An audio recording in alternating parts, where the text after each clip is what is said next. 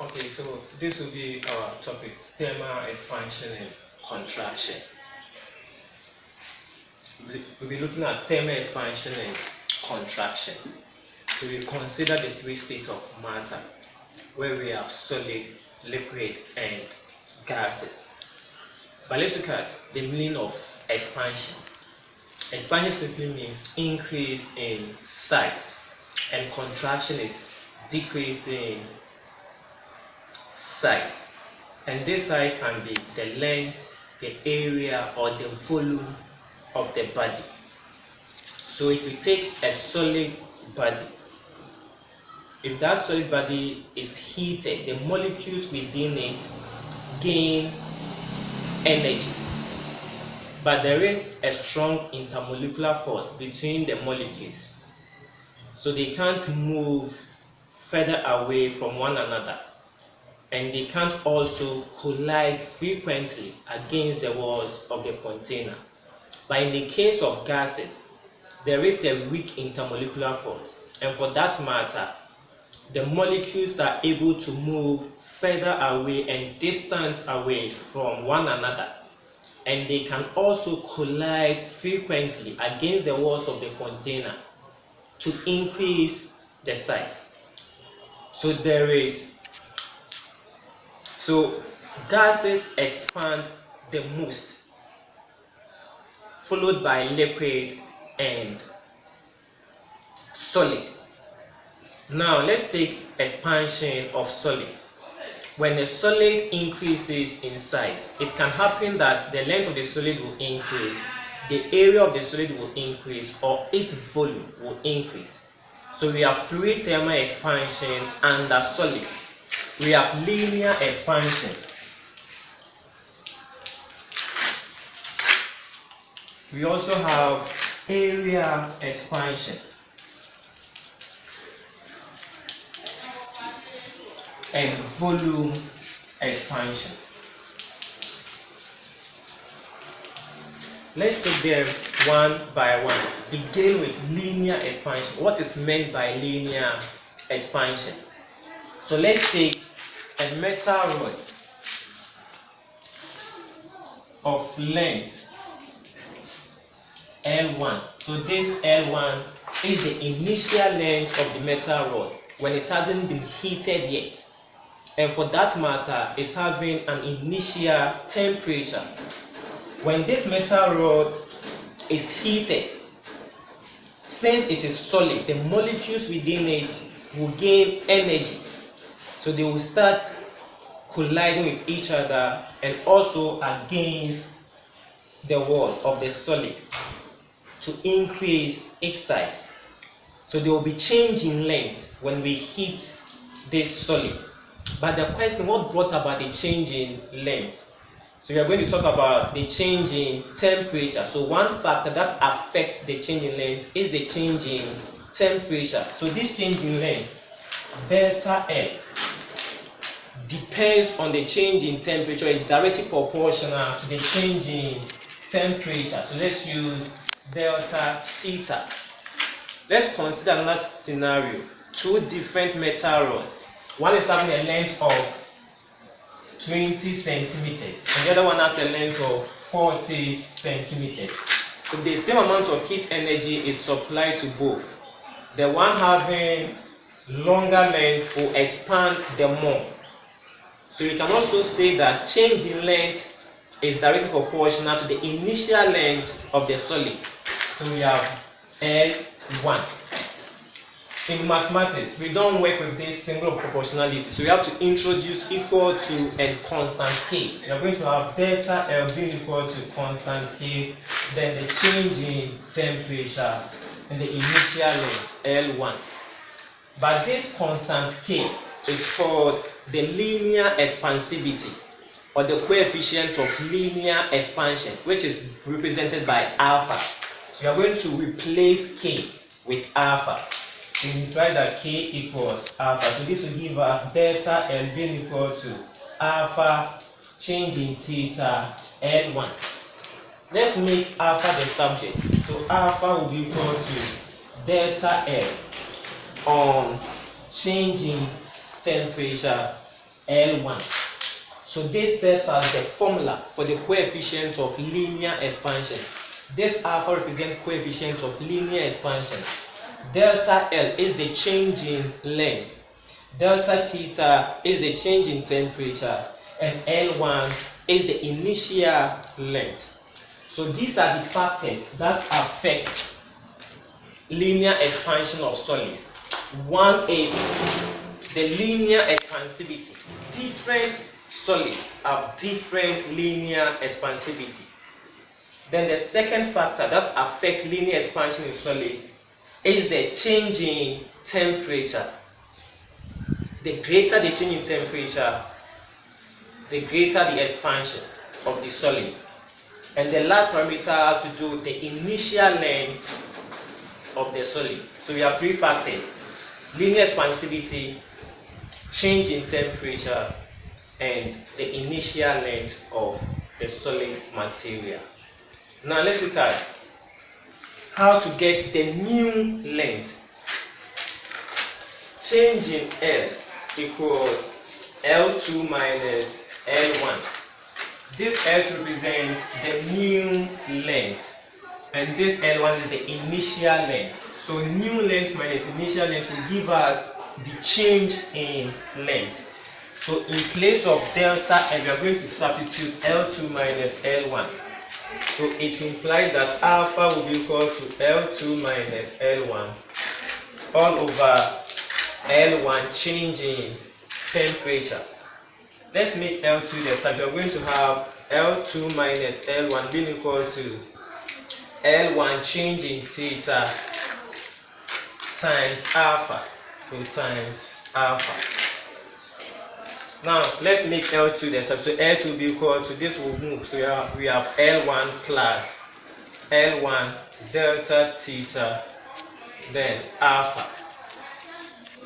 Let's factor L1 out. So L2 will be equal to L1, this will be left with 1 plus delta theta alpha. Therefore, the new length of the solid is given by L2 equals L1 into bracket 1 plus alpha change in theta. So anytime you are being asked to find the new length, that should be the formula L2 equals L1 into bracket 1 plus alpha change in theta. But don't forget, this alpha represents the linear expansivity or coefficient of linear expansion. Now, let us also consider area expansion. When we started, I told you expansion is increase in size. And this size can be the length of the body, its area, or what? Volume. And we also said that the change in length depends on the change in temperature.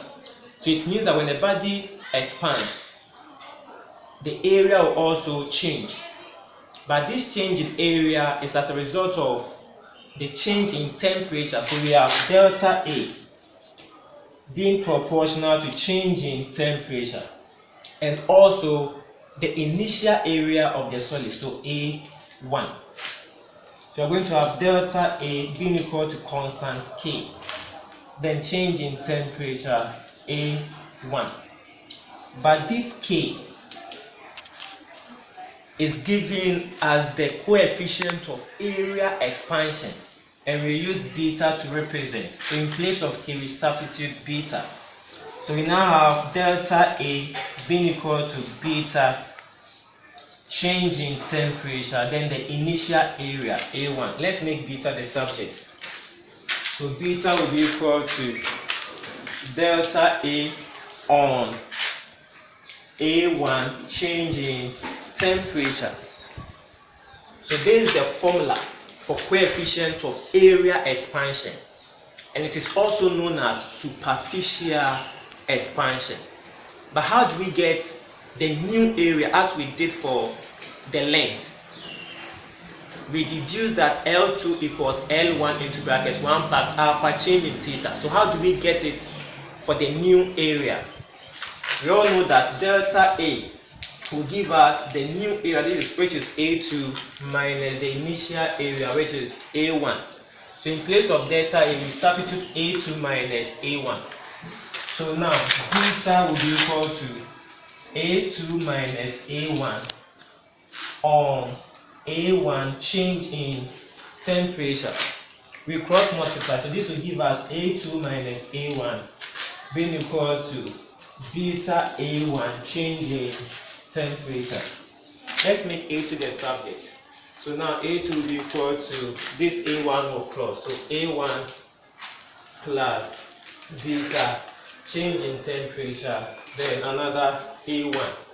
We factor A1 now, so this will be left with 1 plus beta change in temperature. So there is the formula to find the new area whenever there is expansion or contraction in solids. A2 equals A1 into bracket 1 plus beta change in temperature, where the beta represents the coefficient of area expansion or superficial expansion.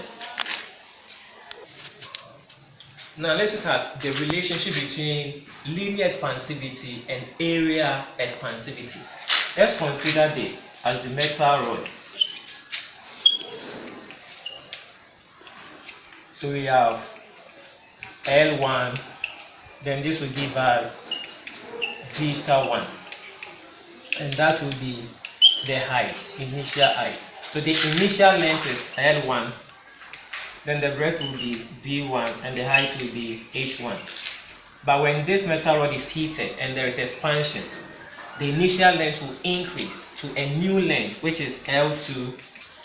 The breadth will also increase to a new breadth, which is increased to B2. Then H1 will increase to H2. But we deduce that L2 equals L1 into bracket 1 plus alpha change in temperature. Then B2 should also be B1 into bracket 1 plus alpha change in temperature. Then H2 will be equal to, that is the new height, whenever there is expansion or contraction, should be the initial height H1 into bracket 1 plus, since it is increase in side or length, then it has to be linear expansivity alpha change in temperature.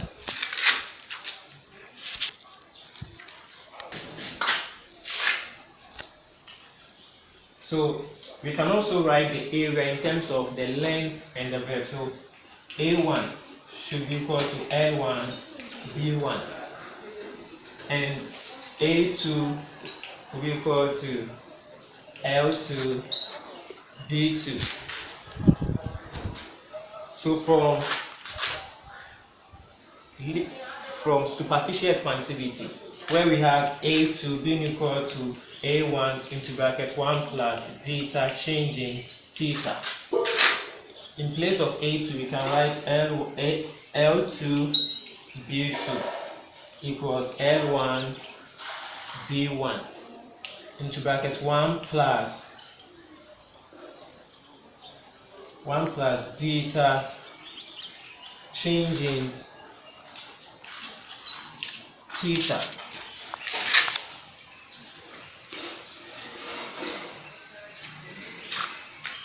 But L2 equals L1 into bracket 1 plus alpha changing theta. And B2 equals B1 alpha changing temperature. So let's multiply. L2 times B2 give us L2 B2. L1 times B1 will give us L1 B1. Then alpha 1 plus alpha change theta times 1 plus alpha change theta.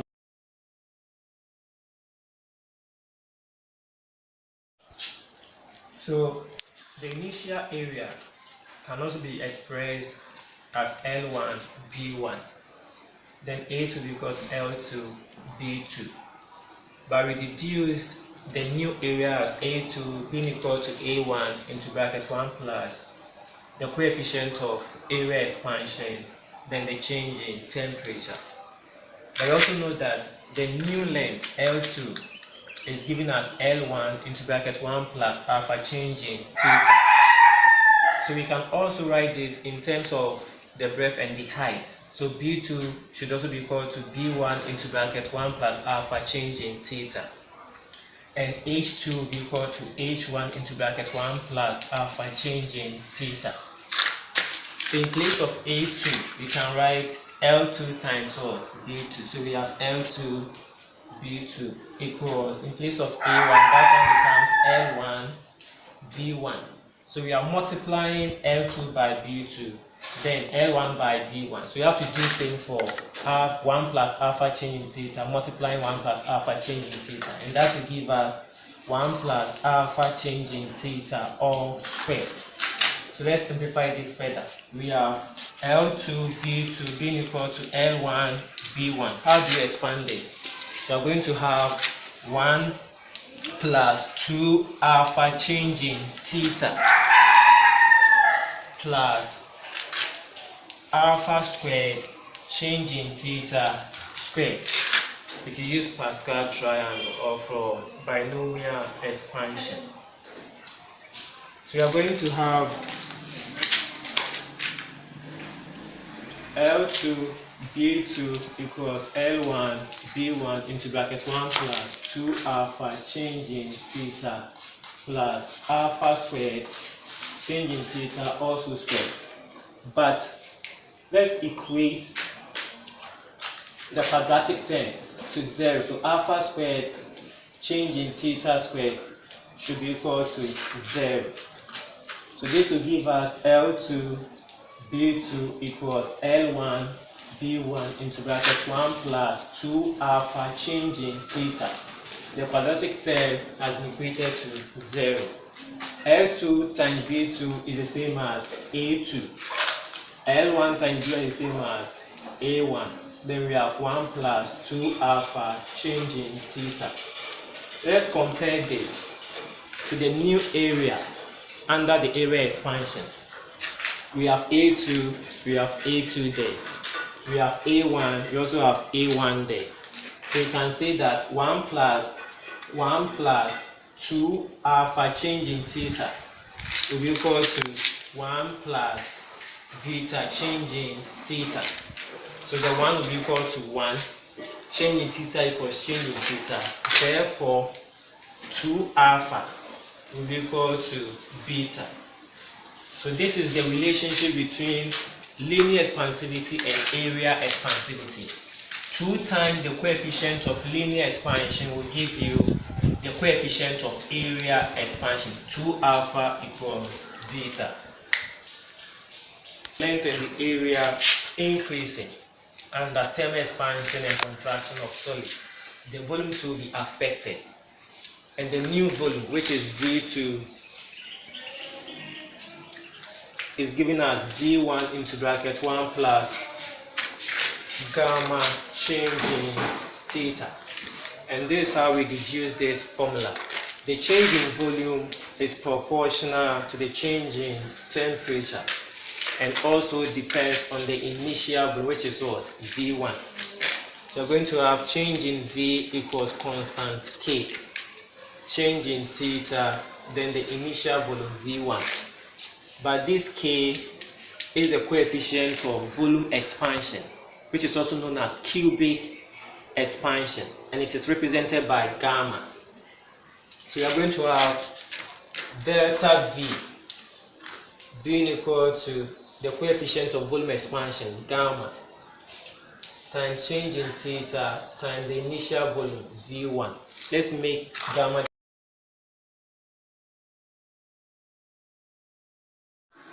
So now we are going to consider expansion of lipids.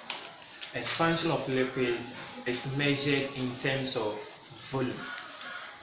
So we will consider the increase in volume of the lipid as it expands and the expansion of the container in which the lipid is occupying.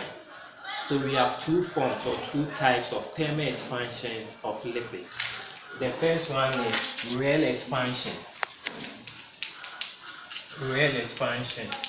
and the second one is apparent expansion. Now let's look at the differences between real expansion and apparent expansion. For real expansion, the liquid will expand or increase in volume. And 2, we will also consider the expansion of the container. So we have increase in volume where the container holding the liquid also expands or increases in volume. But for apparent expansion, under normal circumstances, as the liquid expands in the container should also expand. But for apparent expansion, we assume that the container is not expanding. So we consider only the expansion of the liquid. I'm repeating. For rate expansion, we consider the expansion of the liquid and the expansion of the container. But in the case of apparent expansion, we assume that the container does not expand. So how do we define rate expansion? It is the increase in volume of a liquid where the container holding the liquid expands. And how do we define apparent expansion? It is the increase in volume of the liquid where the container holding the liquid is assumed not to expand.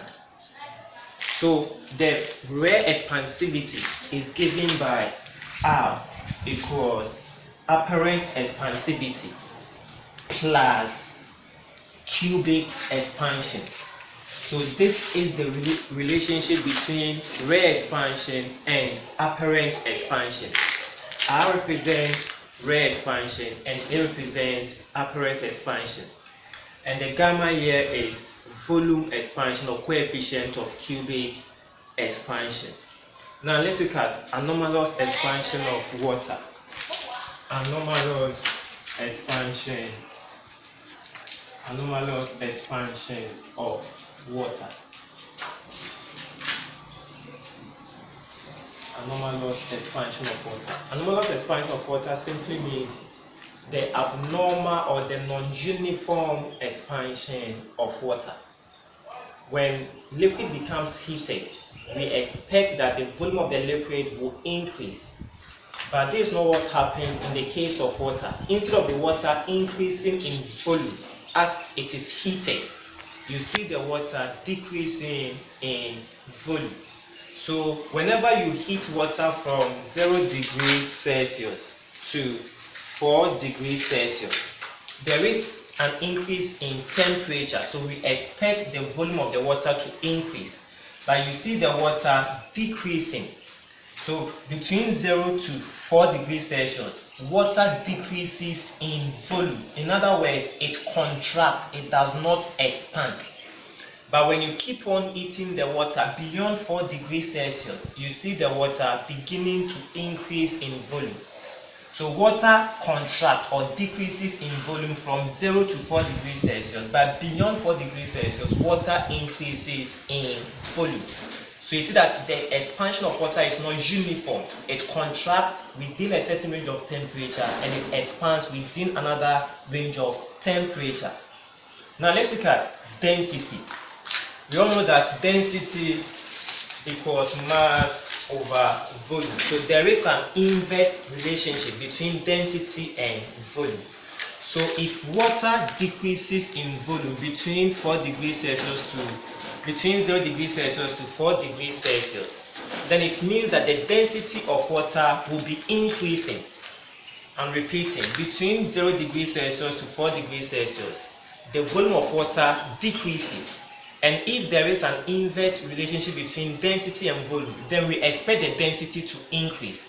So water is having maximum density at 4 degrees Celsius, but it will have the least volume at 4 degrees Celsius. Now let's consider water freezing into ice. When the temperature of water decreases from 4 degrees Celsius to 0, we expect the volume of the water to decrease because the water is cooling down. But this is not what happens. We see the water increasing or expanding. So whenever water freezes, volume decreases. Volume increases rather, whilst density decreases. So at 0 degrees Celsius, water is having the least density. That's why ice is less dense than water. And this explains why ice floats in water. Now let's look at the graph that shows the variation between density and temperature and volume and temperature. So we're plotting density against temperature. Now we have 0 degrees Celsius, 4 degrees Celsius, and 100. When you heat water from 0 degrees Celsius to 4 degrees Celsius, we expect water to expand or increase in volume. But water decreases in volume, so its density has to what? Increase. So from 0 degrees Celsius to 4, you see water increasing in density. But beyond 4, water begins to expand. In other words, its density will reduce. So beyond 4, you see the density decreasing exponentially. So this gives the variation between density and temperature. Now let's look at that of volume and temperature. So we have volume and we have temperature here. 0 degrees Celsius, 4 and 100 degrees Celsius. When the temperature increases from 0 to 4, instead of water increasing in volume, its volume rather decreases. So you see the volume decreasing to 4 degrees Celsius. But beyond the 4 degrees Celsius, the volume starts to increase, so water expands. So this gives the variation between volume and temperature. And let's look at the importance of the anomalous expansion of water. It's able to help aquatic plants and animals to live in frozen lakes. So in a nutshell, when water is heated from 0 degrees to 4 degrees Celsius, the volume of water decreases whilst its density increases. So this is point 1. Point 2. At a temperature of 4 degrees Celsius, water attains a maximum density. So the density of water is maximum density. So from anomalous expansion of water, whenever water is heated from 0 degrees Celsius to 4 degrees Celsius, you see the volume of the water decreasing. So volume, water contracts, its volume decreases, whilst the density increases. Look at the second point. At 4 degrees Celsius, the density of water becomes maximum. So the water is having maximum density at 4 degrees Celsius. Beyond 4 degrees Celsius, when you heat water above 4 degrees Celsius, water begins to expand. So its volume increases while the density decreases. So beyond 4, volume increases. Let's look at the fourth point. When water is cooled or when water freezes from 4 degrees Celsius to 0 degrees Celsius, here there is decreasing temperature, so we expect water to contract. But that's not what happens. Water expands when its temperature decreases. So between 4 to 0 degrees Celsius, volume of water increases whilst the density decreases. So point 5, at 0 degrees Celsius, when water becomes ice, its density becomes smaller. So water is having the least density at 0 degrees Celsius. So density is minimal at 0 degrees Celsius. That's why ice is having lower density as compared to water. And this explains why ice floats on water. And it is just there to support aquatic plant and animals in frozen lakes. Thank you. Okay, let's look at thermal conductivity. Now we are going to look at the rate at which a solid material conducts heat. Let's consider this solid material. Let's take this as point A and point B. And let's take the cross-sectional area of this solid material as A. Now the distance between the two ends of this solid material is represented by F. So we are going to supply heat energy to one end of the solid material, and by the method of conduction, when heat is supplied at one end, the molecules at that end gain heat energy. So they start colliding with the subsequent or the immediate molecules, thereby transferring the energy to the immediate molecules. So point A will be having the higher temperature. Let's take it to be T1. And point B will have the least temperature, the lower temperature, which is T2. So yeah, there is difference in temperature across this length. So we have difference in temperature within a certain distance of separation, and that is known as temperature gradient.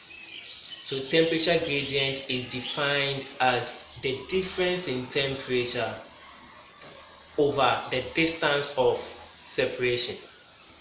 So the rate at which a solid material conducts heat depends on one, the cross-sectional area of the material, and two, it also depends on the temperature gradient. So mathematically, we have Q on T, that is the rate at which heat is being conducted, is directly proportional to the cross-sectional area of the solid material and the temperature gradient. And after temperature gradient is just the difference in temperature over the distance of separation. So we have changing temperature, that is delta theta on delta L. That's the distance, the change in distance, the change in temperature. So we are going to have Q on T. Then we introduce equal to a constant K. This becomes the cross-sectional area, a change in temperature over change in F. But this K is coefficient of thermal conductivity, which is given by, we can use, let's maintain the K. So K represents the coefficient of thermal conductivity. So the rate at which heat is being conducted is given by this formula, Q on T equals Ka, change in temperature over change in L. So that's the formula to determine the rate of heat conduction. Now let's define temperature gradient. Temperature gradient is the difference in temperature over the distance of separation. So if you want to give the factors that affect thermal conductivity or the rate of heat conduction, one has to do with the area, the cross-sectional area of the body, the temperature gradient, that the change in temperature by change in length, and the thermal conductivity. I'm repeating, the factors that affect the rate of heat conduction is one, the cross-sectional area, two, the temperature gradient, that is change in temperature by change in length, and three, the coefficient of thermal conductivity, which is given by K. This K is the amount of heat energy, and T is the time taken for the heat energy to be conducted. So that's the formula under thermal conductivity. The next thing is a composite law, where we have different materials or different solid materials or conductors that are joined together.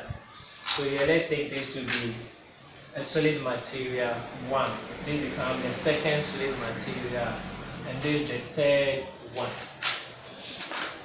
Let's take the temperature, the initial temperature of the solid material 1 as T1. Let's use theta. So we have theta 1, theta 2, theta 3, and theta 4.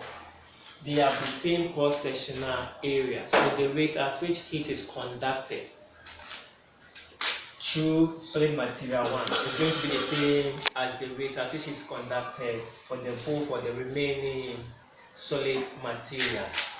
So we have Q on T, that is the rate of heat conduction for body 1 to be the same as the rate of heat conduction for body 2 and the rate of heat conduction for body 3.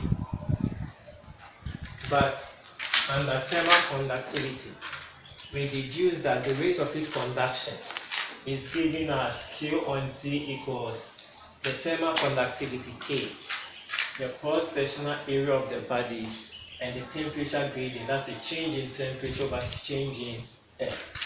So let's write it in terms of the 3 solid materials. So for body 1, the rate of heat conduction is equal to 8 thermal conductivity, that is K1, 8 cross-sectional area. The cross-sectional area are the same, so we can still use 8, but they have different thermal conductivity. So K1 just to differentiate between the rest. Then this will be the change in temperature from the diagram for solid material 1. The change in temperature is theta 1 and what? Theta 2. So we have theta 2 minus theta 1 all over the distance between, that is L1. So let's take this to be change in length. L1, this is L2, L3. Then that of solid material 2 will be Q on T equal to K2, 8 cross-section area being the same as the first one, and the change in temperature, that is theta 3 minus theta 2 on the distance, which is L2. Then we write it in for solid material 3. So Q on T3 will be equal to K3A. Then the change in theta 4 minus theta 3 all over L, that's the distance of separation. But we said that the rate of heat conduction is the same throughout the 3 solid materials. So we can equate these 3 expressions. We are going to have K1A into bracket theta 2 minus theta 1 over L1. This being equal to that and what? They have the same rate of heat conduction. So let us summarize everything under thermal expansion and contraction. For thermal expansion in solids, we said that we have linear expansivity. So the coefficient of linear expansion, that is alpha, equals change in length over L1 change in temperature.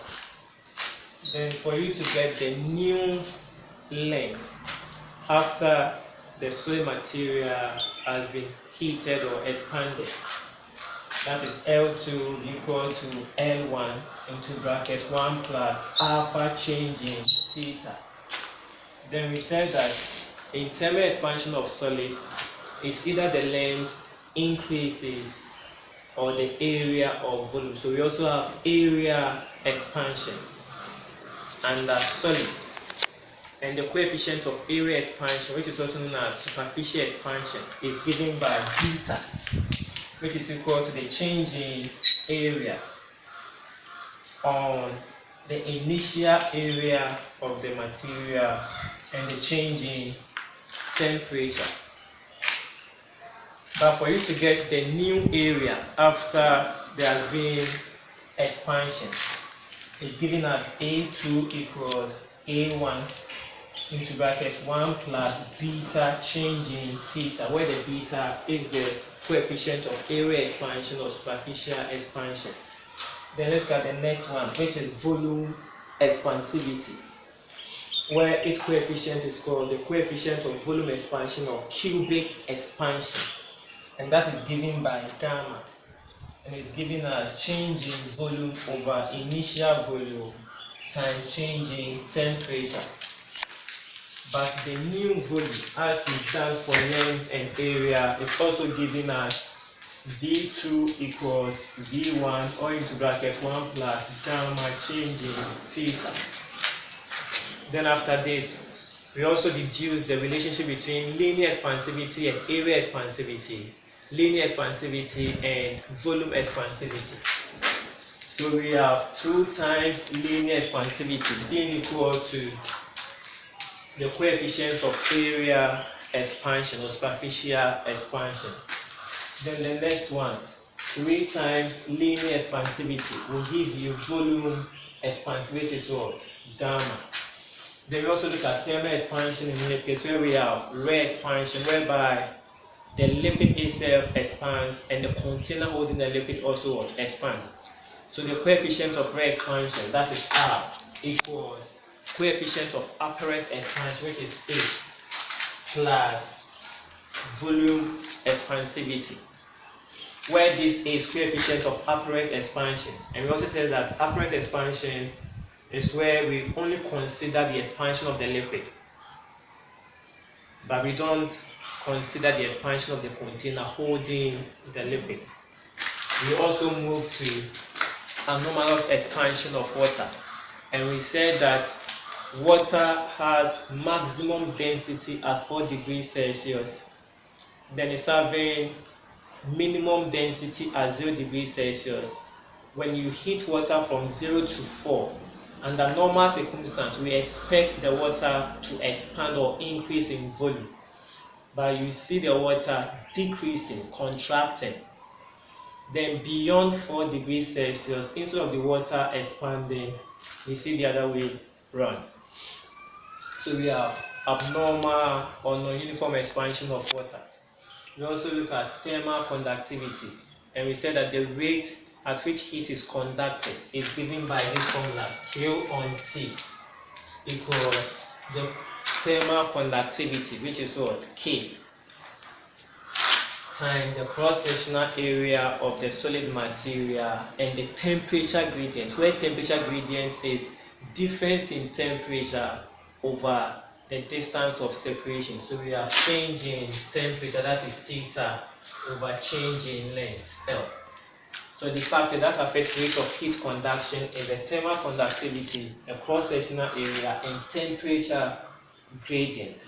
So this is just a summary of thermal expansion and contraction for both liquid and solids. Expansion. We are going to look at Blackbody. The word Blackbody does not necessarily mean the body is black. We have different surfaces that are able to absorb heat energy or heat radiation. We call them absorbers.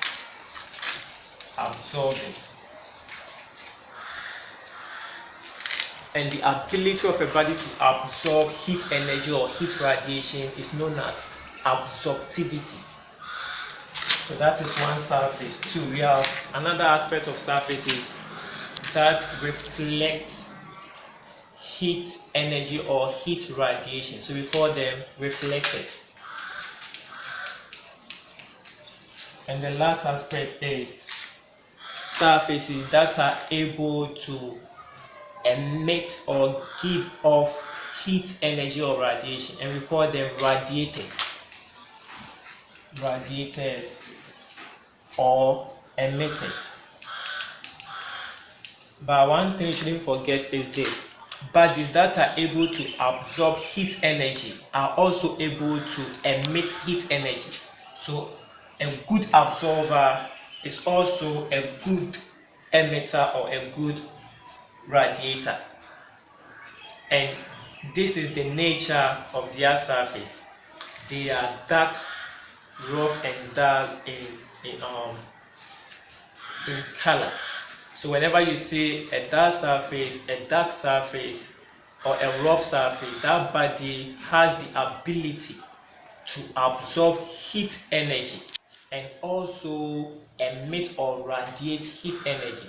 So they are good absorbers and good emitters or radiators. But bodies that reflect heat energy can never be a good absorber, neither can it be a good emitter or radiator. And this is the nature of such surfaces. They are white, they are smooth. We're still on black bodies. When a body is able to reflect heat energy or heat radiation, that body is a reflector, but it cannot be an absorber, neither can it be a radiator or emitter. And such bodies are white, shiny, and smooth. Now, if the body is able to absorb all heat radiation that falls on it, then such body is a good absorber. And its absorptivity, that is A, equals 1. We have absorptivity, we have emissivity, and we also have reflectivity, which is what is now defined as any substance or a material or a body that is able to absorb all heat radiation that falls on it, or being able to emit all heat radiation that is within it. Then the ability of a body to absorb heat radiation or give out heat radiation depends on the temperature of the body, but it does not depend on the nature of the surface, whether it is black or white or shiny or rough. Then 3, it does not depend on the type of radiation. So here we're not talking about only heat radiation. All types of heat radiation is considered here. Okay.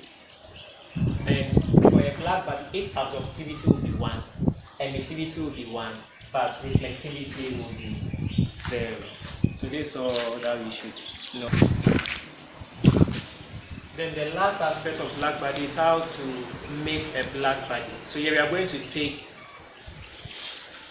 a metal sphere, a spherical metal. Then we create a hole within it. We create a hole within it. So let me draw it properly. So you take a sphere, then you make a small hole within the sphere. Then you darken the small hole and you make it black. After that, you allow heat radiation to enter the hole. But since the thing is a metal, it's going to reflect the heat radiation. But as more the metal reflects heat radiation, the more it absorbs some of the heat radiation. So it gets to a point that all the heat radiation will be absorbed. So this is how to make a black body. You take a metal sphere, you make a small hole inside it. You allow heat radiation to fall or enter. Some of the heat radiation will be reflected and some will be absorbed by the hole. But as time goes on, the hole will absorb all the heat radiation, and that hole will serve as a black body. Thank you.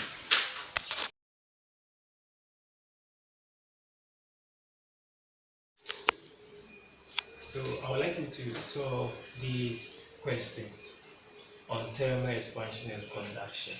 We have 6 sets of questions. So I would like you to try your hands on them.